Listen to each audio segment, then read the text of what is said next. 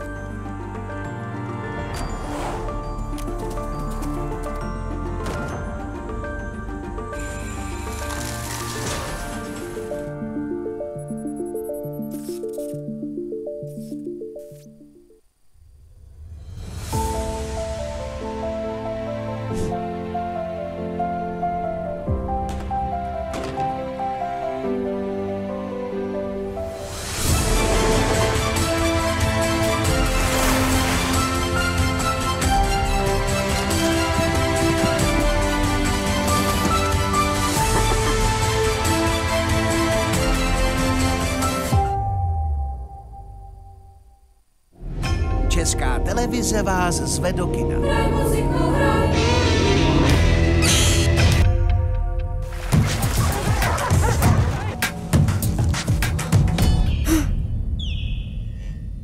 Žili byli dva malí skřídci.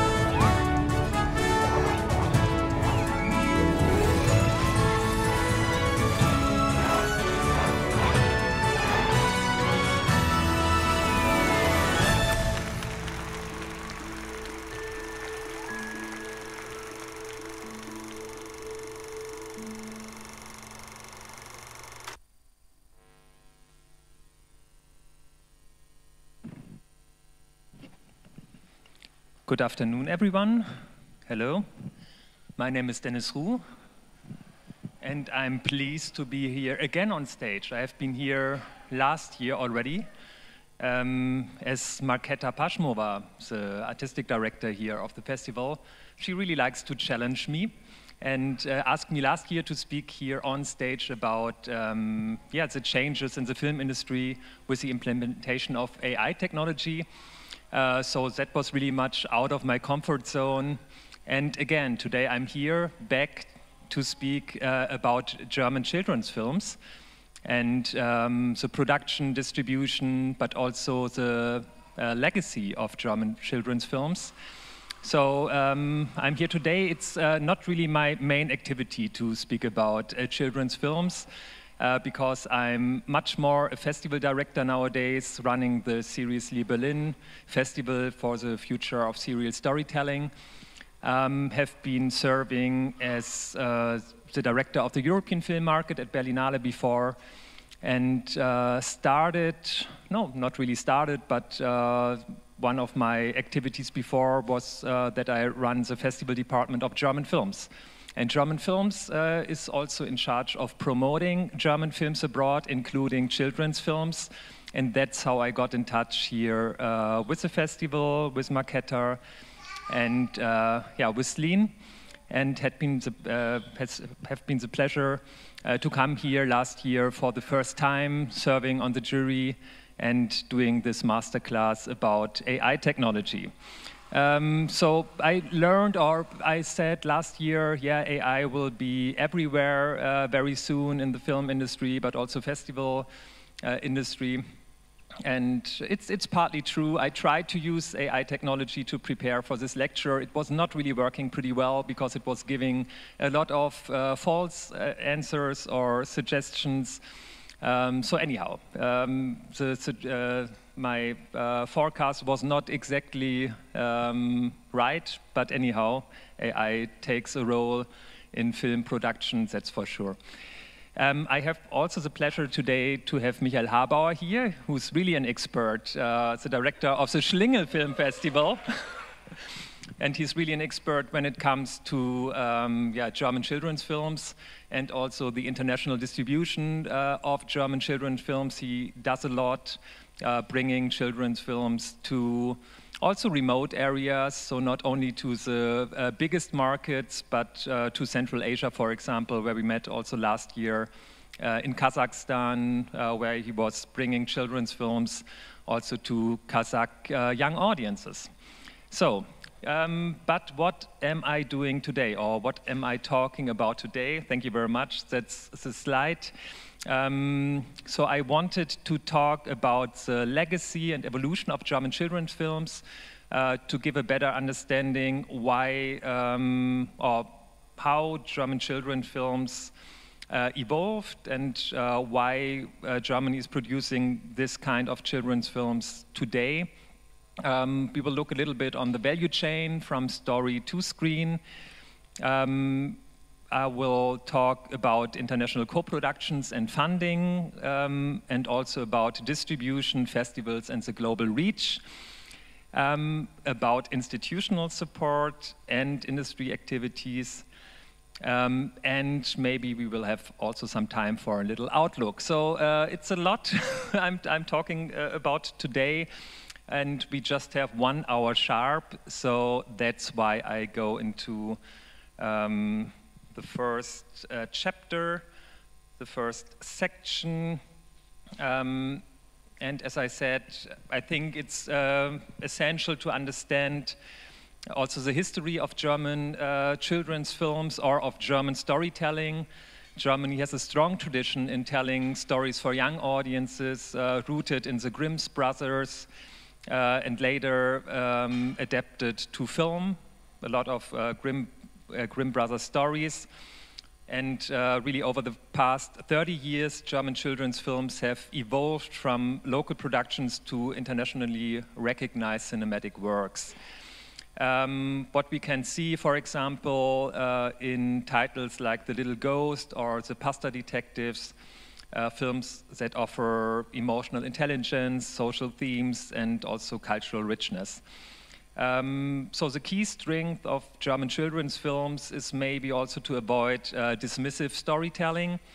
They treat young viewers as capable of grasping complex themes like family, loss, adventure, and identity. But let's now start to dive really into some decades in German children's film making, film history. And I would start really with not with the silent film and not with the film before 1945, but I start with the post-war rebuilding. When Germany started to be divided into 2 parts, the eastern part, so that happened in 1949, that's the GDR and the Federal Republic of Germany were established, and this means also that there was not really a lot of room for children's films productions in that time. as the country was really focused on the physical and cultural reconstruction during those years. There are very few examples of children's films made during that time, more short films, more improvised. There was also, Germany was also really marked by scarcity, censorship also under Allied occupation, and a very fragmented film industry in the different sectors of Germany. So children's films were extremely rare during that time, and just a very few theatrical releases were happened and which were targeted to young audiences. So I really struggled to find any examples from that time. There's one film, The Cuckoos, which premiered in 1949, which was one of the first productions by DEFA. But as I said, very few examples during those years, which brings me to the next slide, which is now, yeah, I need to divide my presentation also a little bit because we had two different parts of Germany in that time. So West Germany, which was, which had then a new generation of decentralized, market-driven system coming up with independent producers, and the focus was very much on entertainment with some moral and educational undertones as well. So we have some notable works like Pünktchen und Anton. Maybe let's go to the next slide, because I tried to find also some original posters on the web, and where I was successful with a few. So Pünktchen and Anton, a film from West Germany, which was released in 1953, which was based on a novel by Erich Kästner. And we can see really here from the examples which I have taken into that presentation that most of the films in West Germany were really based on IP, so on novels. Often Erich Kästner, which was already, or who was already popular before Second World War, and so films were adapted or were made after that. So Pünktchen and Anton is a classic tale about friendship across class lines, and Kästner's work became really much a pillar of West German children's literature and film. The film is dealing with empathy, economic inequality, child agency, and was widely recognized and adapted again in later decades. So also me, being born in 1983, I was really educated with those kind of films, starting from the 50s. But there were a lot of adaptations also later on of Kästner's novels. Also that film here from 1973, The Flying Classroom, also a novel by Erich Kästner. It's a humorous and heartfelt school film with strong moral lessons.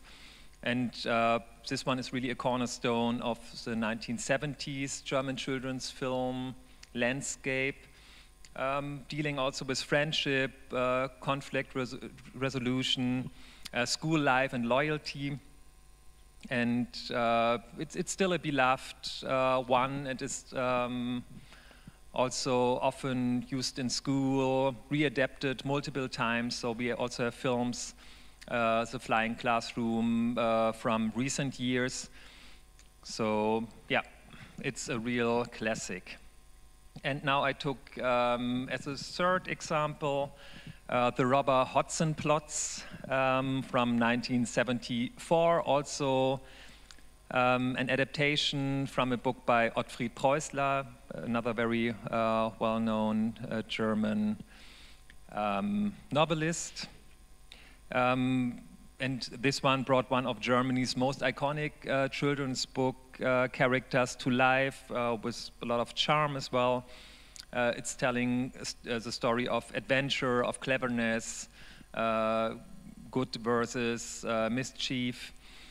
And it became really a cult classic in German-speaking countries, revived also for new generations, and also experienced adaptations later on. So, but you can see all those films were really based on original IP, so not really stories developed for the screen. If we go now to the next slide, we see, or we look to children's films which were made in the GDR, so the German Democratic Republic, East Germany, mostly made by DEFA Studios, which was a state-controlled production company. And the focus of those films were much more on collective values. A lot of films were adaptations of fairy tales, also with some moral lessons. And here I also have 3 examples from that time on the next slide. So first one is the story of little Mook. Not sure how to pronounce it in English. In German, it's Die Geschichte vom kleinen Muck, from 1953 by director Wolfgang Staudte. That's really one of the early DEFA fairy tales, which is inspired by Arabian Nights, emphasized moral virtues and over appearance or wealth. So topics are justice, empathy, and this one was a huge success across the Eastern Bloc states as well, and had been shown for decades in this part. The second one, the singing, ringing tree, das singende klingende Bäumchen, in German, directed by Francesco Stefani. It's the iconic DEFA fairy tale film, also adapted from a Brothers Grimm-like story, which with elaborate sets and also a moral lesson. It's vanity versus humility, transformation, kindness as themes. And it's one of the most beloved DEFA children's films, which became also popular in the West, so not only in the eastern part. And the third example, to give also one from the 1960s, it's König Drosselbart, by director Walter Beck, another fairy tale adaptation with a strong message about humility and personal growth, reflecting state-endorsed values. So themes are pride, transformation, love through understanding, and it continued the DEFA's tradition of richly produced, values-based fantasy.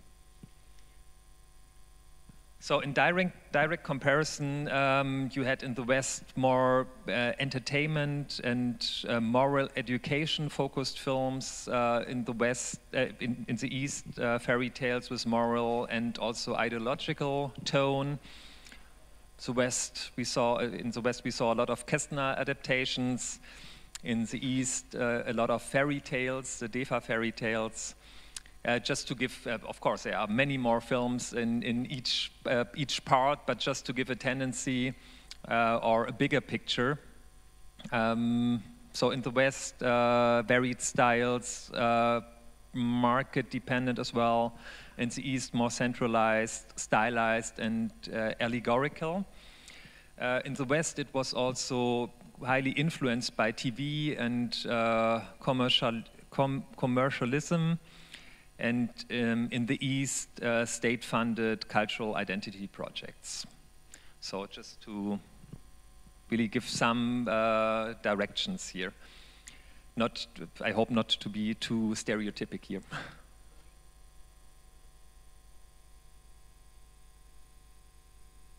You need a microphone because it needs to be translated and also for the video.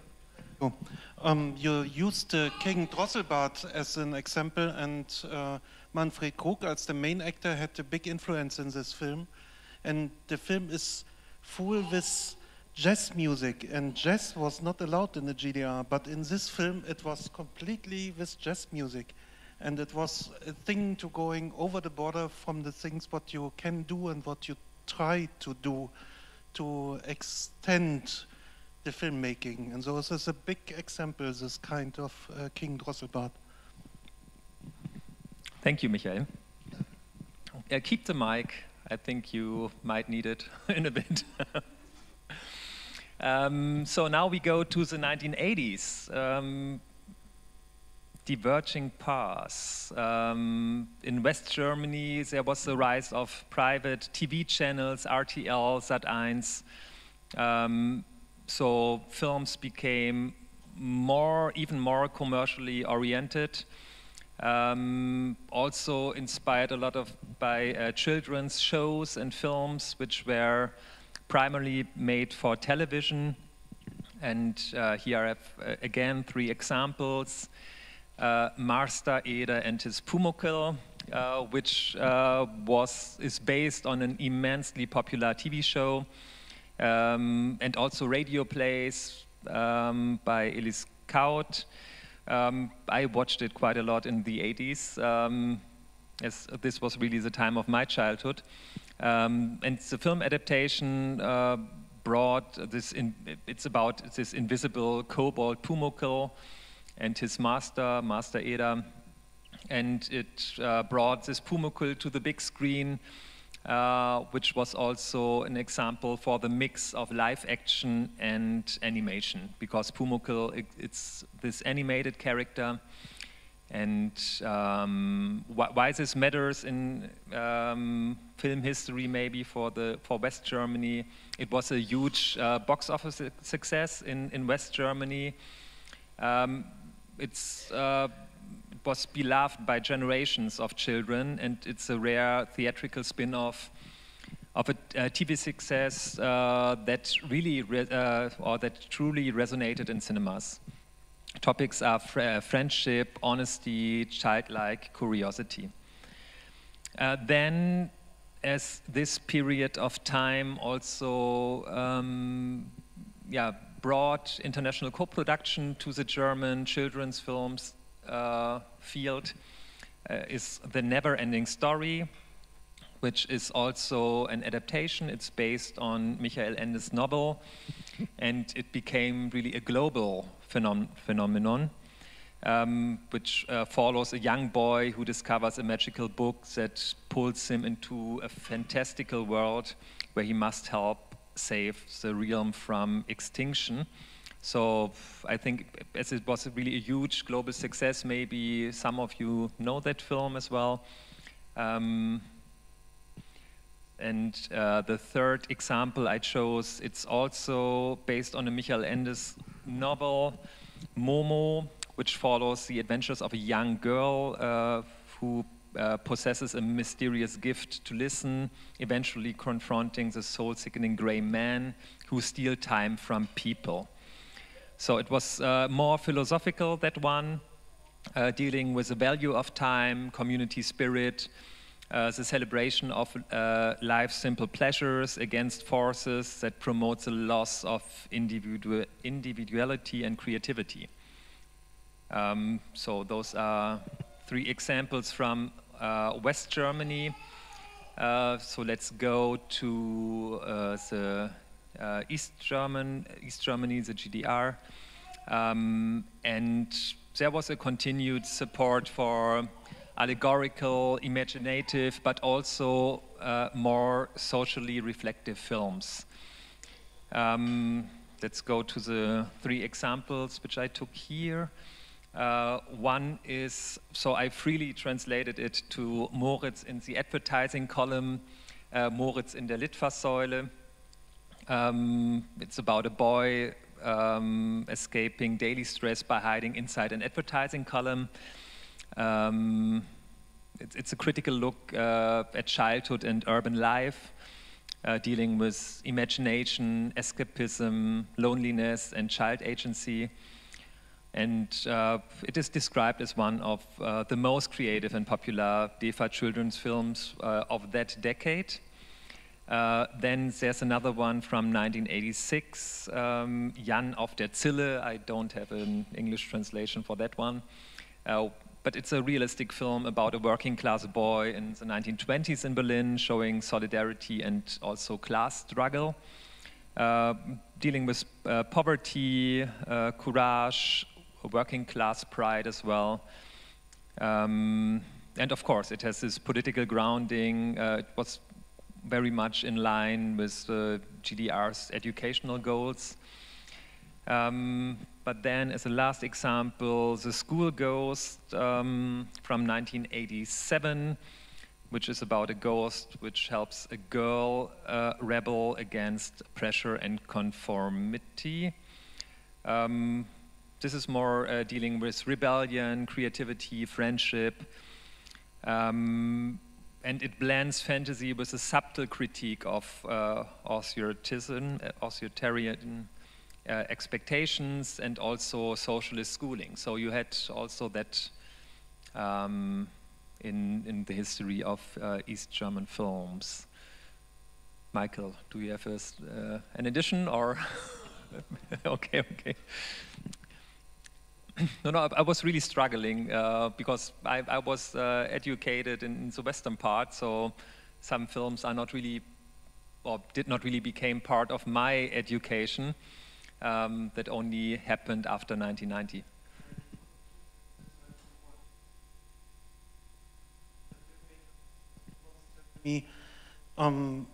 It's not only to make films. At first you have to be an educator for the children, for the main actor, and second you have to be a filmmaker. You have to give the children much more attention to play the role, what they have to do. And in this case, he was completely right that he was only focused on the children. And one thing was happened in the GDR, in the opposite to Western Germany, that each kid get only one main role. It was not possible to have two.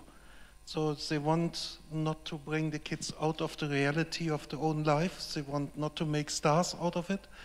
They want to have only one chance, and then you have to be an adult to get a second one. Thank you. So, but now we come to that decade of reunification and restructuring. So the DEFA, so it's the East German state-controlled company DEFA closed in 1992, but legacy continued through new institutions. There's also the DEFA Stiftung still taking care about the legacy, the heritage of the DEFA. But that period of time was also much influenced by the newly creation of a unified national funding system, the German Federal Film Board, FFA, also the national, or the BKM, which is translated to, I don't need to use it anymore so often, but German Federal Government Commissioner for Culture and the Media. So, because Germany as a federal country does not have a minister of culture, but this government or governmental commissioner, because culture is a duty of the states of Germany, which we can see also later when it comes to regional funding. There is a lot of, it's a very complex system in Germany because there's much more money in regional funds invested in films than on a national level. And that gives also a lot of power in film funding to the regions. But also with the reunification and the restructuring, co-production opportunities expanded for Germany. So co-producing played a bigger and bigger role in the 1990s and also afterwards. And I also chose here 3 films again to illustrate that period of time. There was The Never-Ending Story 2, the next chapter, just to give you an idea that this one was an international co-production, also with George Miller as a director. So that's really the time of the rise of international co-productions. This was Bavaria Studios and Warner co-producing here. And it was really Germany's entrance into global fantasy cinema and the international co-production model. It was strong domestically, but also did a very good international theatrical performance. The second example from that time is The Little Ghost, Das kleine Gespenst, another adaptation of a novel by Ottfried Preußler, animated adaptation with gentle storytelling and quite some visual charm. And that represents the cultural continuity of East and West Germany, classic German children's literature brought to screen in the early reunification years. It was popular with families and school groups, remembered quite across generations. And then we have this legacy of Erich Kästner novels, as I told you at the very beginning of this historical overview. So there is Charlie and Louise, which is Das doppelte Lottchen, again an Erich Kästner novel, which was brought to screen in a new version, brought also to recent days, as you can see on that poster, which looks very much 90s. And it stands for the unified Germany's renewed investment in classic literary adaptations for family audiences. And that was the most successful children's family film from that time, with 1.5 million admissions. So we still have half an hour, so I take quite a lot of time here. No, let's go to the next slide. The 2000s, speaking about internationalization and also professionalization. The co-production model is rising during that time. Also, German children's films have a stronger festival presence, for example, at Berlinale Generation, which is a section for young audiences at Berlinale. Also with an integration of values from UFER, the artistic depth, and maybe also Western sensibility in entertainment. And again, here I have 3 examples, which are the Sums. The Sums, also based on a classical children's book, which was hugely popular during those years, with a huge theatrical success. Blends fantasy, humor, and emotion. And it stands a bit in the tradition of this playful style of storytelling, which we saw already before. That one had 1.7 million admissions in Germany, so it was also a huge success, and represents mainstream appeal, but also quality entertainment, I would say. Then from 2003 is a Wild Soccer Bunch, which has over 2 million admissions in Germany. So it was the first film in a, the first film, which was had then a lot of sequels afterwards. It's really a massive, or it became a massive film franchise, and also a lot of merchandising around it. So it stands really for a very commercial, for a lot of commercial value for the German industry. but it's again stylized, use-oriented, but rooted in themes like loyalty, freedom, and teamwork. And that received a lot of international distribution also in several countries. And the last one, Lippel's Dream, from 2009, premiered at Berlinale Generation. So that's an example for a film which breakthrough also with international festival exposure, with an excellent production design, also cultural depth and family themes, also based on a novel which is very well known in Germany. And yeah, it's also bridging classic to modern in a way. So, and let's now go to recent days and German children's films are nowadays, yeah, standing quite a lot for global reach and also innovation. Streaming platforms became important. There's a global demand for high quality children's content.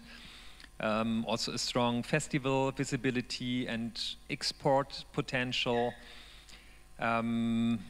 So I have here some notable works coming on the next slides with a focus on diversity. Also environmental themes became important and digital storytelling. So next slide, please. And I took as examples Rico, Oscar und die Tieferschatten. The international title is The Pasta Detectives by Nele Liana Vollmer. A heartful buddy story with a neurodivergent protagonist. It's balancing between humor and emotional depth with a wide appeal. Topics are friendship, individuality, courage, and inclusion. And this one spanned over 2 sequels. It was really critically acclaimed and widely distributed. Then I have a second example from 2020, The Peppercorns and the Secret of the Deep Sea by Christian Tede, which is an eco-thriller for kids based on the long-running German TV series, which fuses entertainment with urgent environmental issues. And also that one was screened internationally, supported a lot also by school cinema initiatives. And last but not least, and played last year here in competition, so I had the honor to see it here in Zlín as a competition entry. Winners, Sieger sein by Zlín Youssef, which is a powerful story of integration and empowerment through sports, following a Kurdish refugee girl navigating her new life in Berlin. So it talks about migration, diversity, belonging, girl empowerment, and opened Berlinale's Generation subsection K+ in 2024. So that's it with the historical overview. I think it was important just to show how two differently developing film industry merged at some point, and that's why we stand with the German children's film industry now at this point where we stand, because there is this legacy, there is this heritage, so it's all rooted in the German film history. Now in the next section I want to talk about the value chain, especially what differs the development and production of children's films if you compare it to the regular production of films for an adult audience, from the idea to the finished films. And that's why I just want to highlight some unique things which are important for the children's film production. It all starts, of course, with the development and script writing, which needs a strong focus on age-appropriate storytelling. So emotional and narrative complexity must match the cognitive level of children. So I think all that is now not only related to German children's films, but children's films production in general. So age-appropriate storytelling, I can give here the example again of the Pasta Detectives, which is balancing humor with themes of like loneliness and friendship, which is simple on the surface, but very layered underneath. It needs also cultural grounding and universal resonance, so stories which are rooted in German culture, but built to travel. That's also part of an international success. Have a local color, but a global or transporting global values. So, for example, The Little Ghost, which is a deeply German story, which is relatable because it's dealing with themes of curiosity and misunderstanding. So writers in the sector really need to respect both the intelligence, but also the emotional range of young audiences. Yeah. And for the producers, the development often begins with literary rights, as we saw in the historical overview. We had novels by Preußler, by Kästner, by Marr, Michael Ende as well. So there's a lot of IP which is used in German children's films, which make also German children's films successful in cinema. And of course, script consultants and educational advisors are uniquely relevant, frequently involved early to guide the tone and the psychological accuracy of children's films. Next step is financing, of course, children's films. And there are key sources, which are the public funding mechanisms. I was talking about it when we talked about the creation in the 1990s. We have the German Federal Film Board, which is a national support for cultural cinema as well, also with the BKM, the German Ministry of Culture, which often supports adaptations, but also diverse voices. We have the regional funds. I will have another slide later on to give you just an overview about the complexity, but also some special initiatives. Co-financing is, of course, a strategic layer of financing, working a lot with public broadcasters like ZDF, like Kika, the children's channel in Germany, also regional broadcasters like NDR, MDR, and so on, and the first channel ARD. They often also invest in early development of children's films. Yeah, and these partners also bring editorial support and also distribution networks to the development of films. There is, of course, the option to bring international partners in, to use other funding from other countries, but also private equity, which is not so often used in German children's films productions, I would say, because it's always a risk to invest private equity. And as we have a very strong funding model or funding structure in Germany, most of the financing is usually based on public funding. So unlike some other countries, Germany has a quite robust ecosystem that actively supports children's cinema. And I will look into some initiatives later on. Now we come to the production insights, which have some key on the next slide, please. Next slide. Ah, no, the one before. Production insights, right, thank you. There are, of course, some key challenges when producing children's films, which is that you need a child-appropriate shooting environment. There are quite strict laws in Germany as well when you shoot films with children. There are very limited daily hours. Children can be on set.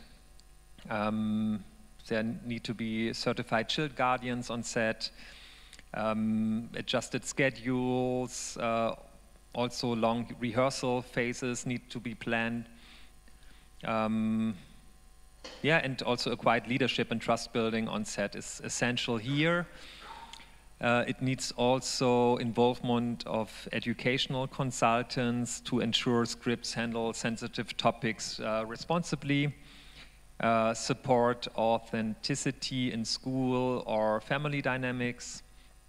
What can be helpful is the use of co-directors or child acting coaches, especially important for films with emotional depth and ensemble casts, and collaborative tone on set. So parents often are included in decision making here. Children's well-being comes always first. So that makes shooting children's films really a special challenge, and also needs a lot of skills by the producers. That's why usually there are production companies which are specialized on children's films productions. And now I can also talk a little bit about post-production challenges for children's films in Germany, but also for international success. Because in post-production, editing and pacing for attention spans of children is one of the key challenges, because young viewers often have a shorter attention span cycle, so it needs a careful scene rhythm. Humor and suspense also need to be timed visually and musically. And that's why test screenings are also, sometimes also with children, are also guiding pacing adjustments. Sound design and music is important because sound is also storytelling in children's films. It helps to guide also with an emotional tone. Scores often oh, sorry, I lost my note here. Sound effects are often heightened for clarity and playfulness. So that's why sound design and music is also special with children films. And then when it comes to marketing, localization, and international versions, dubbing has also a huge priority over subtitling for younger audiences. Cultural references and are adapted carefully in the script and ADR. There are large distributors like, for example, Studio Canal or Wild Bunch, which often oversee multiple language tracks. But Germany is also a post-production hub for international co-productions because of its high dubbing quality. For example, the film Moonbound, Peterchens Mondfahrt is the German title, was dubbed into over 20 languages with adjustments in tone and character voices for each of those markets. That shows how complex it is also in post-production for children's films. And if we go to the next slide now,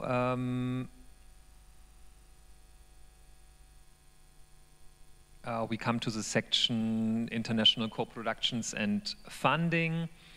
So my goal here is to explain how German children's films expand through international partnerships as well, what tools support them, and how to navigate the realities of multi-market filmmaking. So we have, of course, some co-production mechanisms and tools for Germany. We have a lot of bilateral co-production treaties, over 50 countries. We have as partners for co-production treaties, of course, a lot of the European countries are involved, but there are also co-production treaties with countries like India. So very few films between India and Germany are made for children or for younger audiences, but I just wanted to mention that it's not only European, but also pan-European. And of course, those co-production treaties, they ensure mutual recognition as national films, which gives access to public funds on both sides, so in both countries. So the most common partners when talking about children's films for Germany are Austria, France, Belgium, Canada, but also the Nordic countries. Then there's Eurimage, which is the funding program of the Council of Europe, which supports European co-productions, including children's and animated films. There, the criteria is that at least 2 production countries are involved. Yeah, so it needs to be a co-production. It needs to have artistic value and transport European values. And the last European funding program is coming from Creative Europe. It's a media program, and it's an EU funding for development, distribution, festivals, and training. There are specific calls for TV content, cross-border distribution, and audience development from Creative Europe Media. So, next slide, because I talked already about that film, Moonbound from 2021, Peterchens Mondfahrt, German title.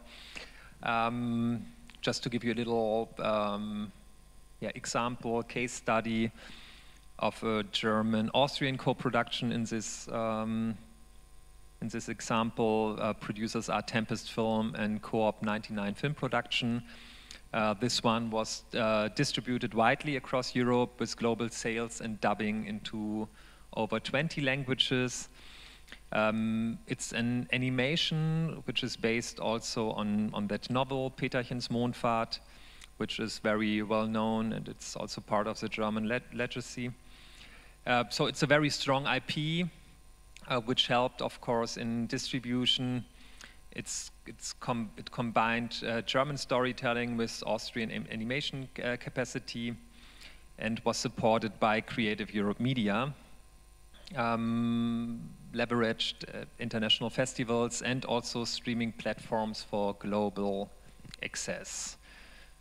So I think Moonbound shows how even a culturally specific tale can be reimagined for global children's markets if the co-production team shares a clear vision and also quality ambition. Next, navigating multi-market productions, which can also be challenging, of course, because it needs a creative alignment across cultures. So I'm talking about humor, educational values, gender roles, tone, which all must be negotiated in the development. It also needs a multi-language workflow, so multi-language voice direction, dubbing, scripts adapted for different age norms. There are subtle translation issues, parental roles, for example, which affect emotional resonance here. And financial structuring is important if you do multi-market productions. So shared budgets, reporting, currency exchange, legal alignment, but that's all in line with regular international co-productions.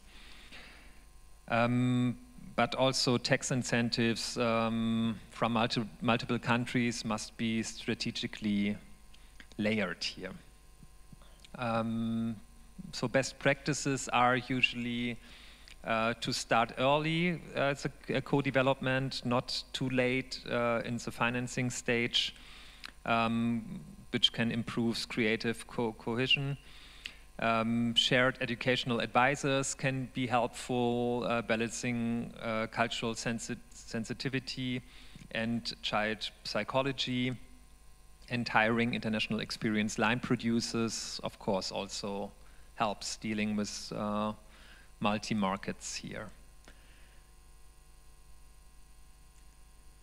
So now we were talking a lot about production. Now I want to go to the next chapter, which is, because we only have 5 minutes left, that's not a lot, right?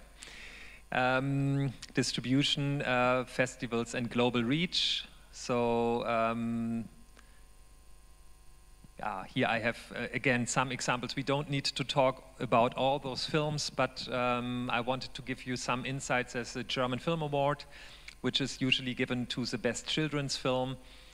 And all these films, which from the last years, also on the next slide, or most of them, are more original IPs, or original stories which has been developed for children films. And now let's go to the next slide, because there's another category which is the Audience Award for the highest grossing film of the year. And as you can see here, there are 2019, it's a film which is for a young audience or family, All About Me, That Boy Needs Fresh Air, based on a novel. Then we had this Corona times, maybe some people remember the pandemic, so not many children's films made high grossings during that time.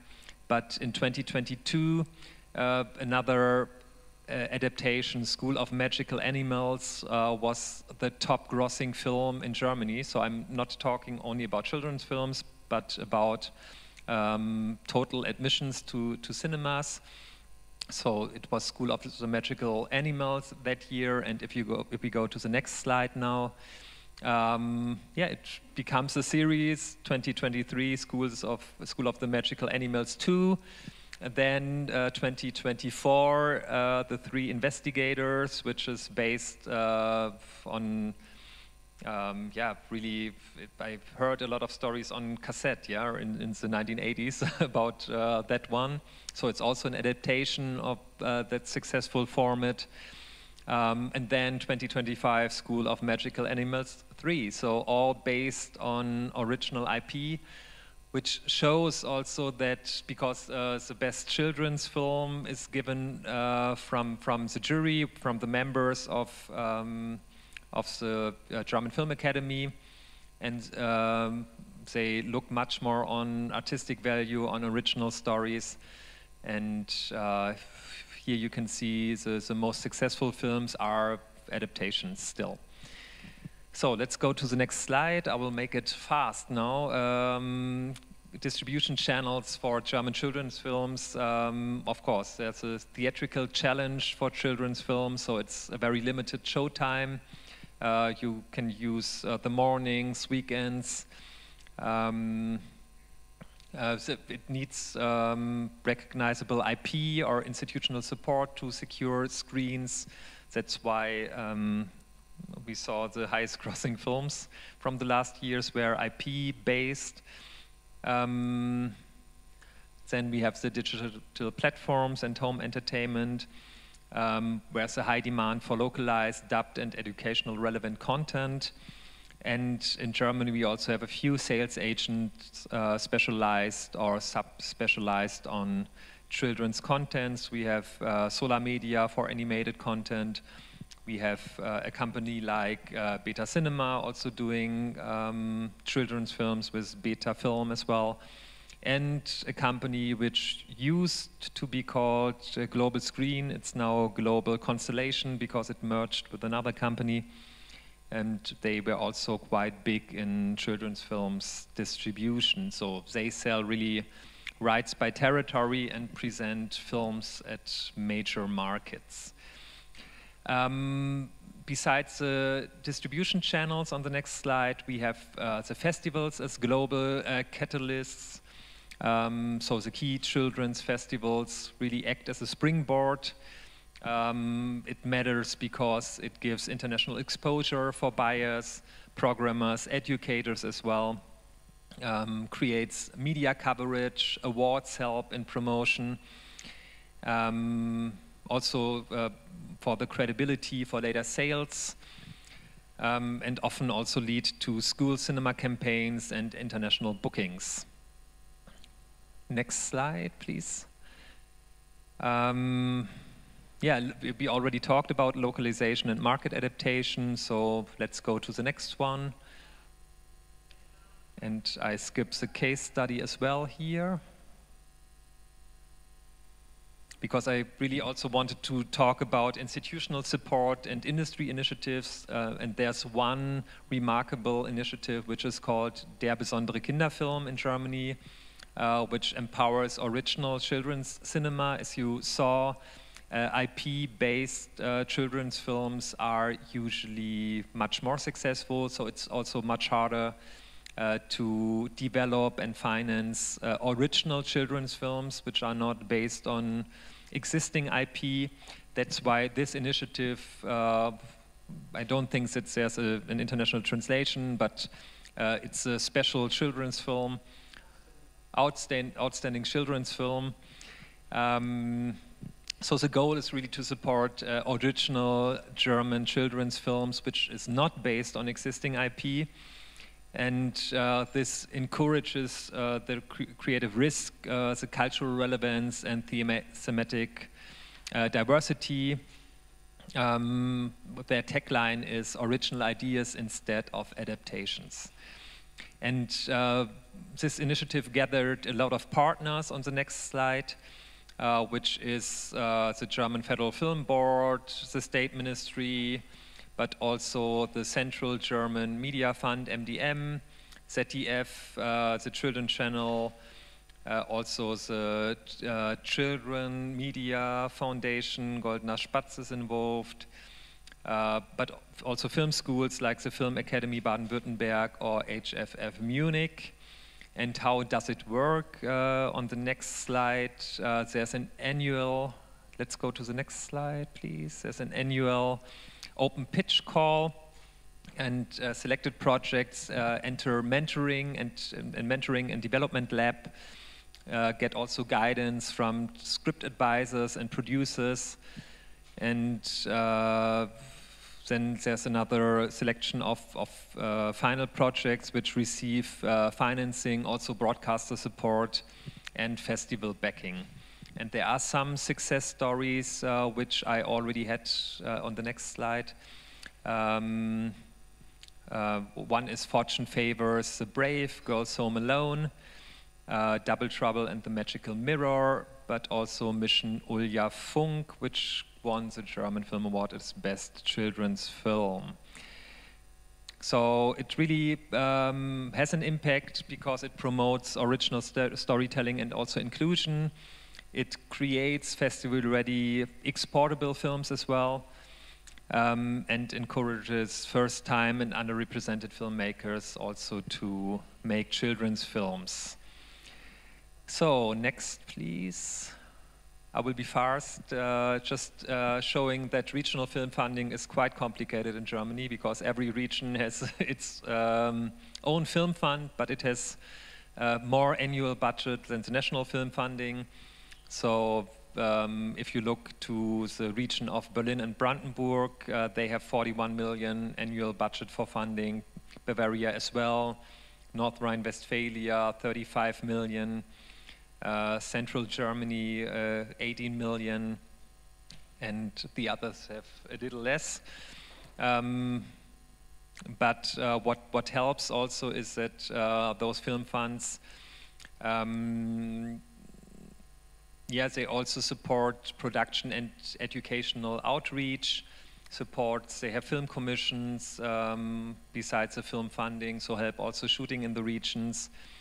And on the next slide, I don't go, there's a lot of text here as well, just showing that there's also national film funding from the German Federal Film Board with an annual budget of 61 million, but also a tax incentive model which is called German Federal Film Fund, which is more for high budget production. So DFFF1 is for up to 5 million for international co-productions, DFF2 up to 25 million, and the German Motion Picture Fund up to 20 million for series or high budget streaming content. The key takeaways here is that Germany offers a decentralized but quite well coordinated, even if complex funding structure, that regional and national programs can be combined for a layered financing, and children's films often benefit as well from regional cultural mandates, especially when linked to education and heritage. International producers are also welcomed through co-production treaties and local incentives. So, if I have 5 more minutes, yeah, 2 more minutes, okay, let's go ahead. Because I wanted to talk about 2 key international players bringing children films also on an international level. German films, promoting German films abroad. I was talking about it because I worked for it for 8 years. Promoting ad markets, also supporting subtitling, sometimes dubbing, marketing, and also some directors travel to present those films abroad.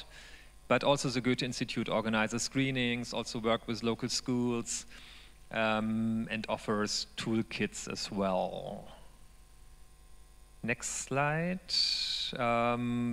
Okay, that's more on a national level, that we have also institutions working with film schools, with regular schools, to bring children's films to schools, also supported by toolkits, by material which is delivered. There are the school cinema weeks, which help promote, and on the next slide we see also that we have very important national children's films festivals.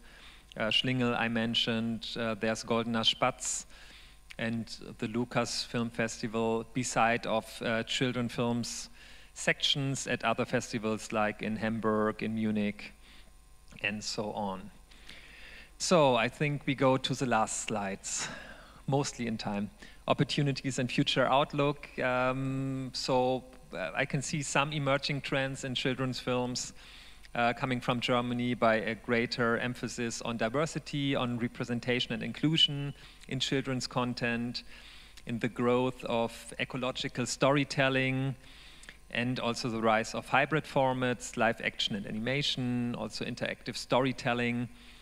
Next slide tells that innovative technologies play a role, AI in dubbing, for example, in story development and audience targeting, and the use of VR and AR for immersive educational children's media experiences is on the rise. And last slide, German films, German children's films have global market potential. There's an increasing demand for non-English language children's films on streaming platforms, and Germany has cultural credibility, production quality, and funding infrastructure to lead in this space. And that's how I end my lecture here, mostly on time. Sorry that I can't offer Q&A here right now, but because the next one is coming right here on stage. Yeah, right. Okay, there was already a countdown, and anyhow, thank you for your attention and your interest in German children's films.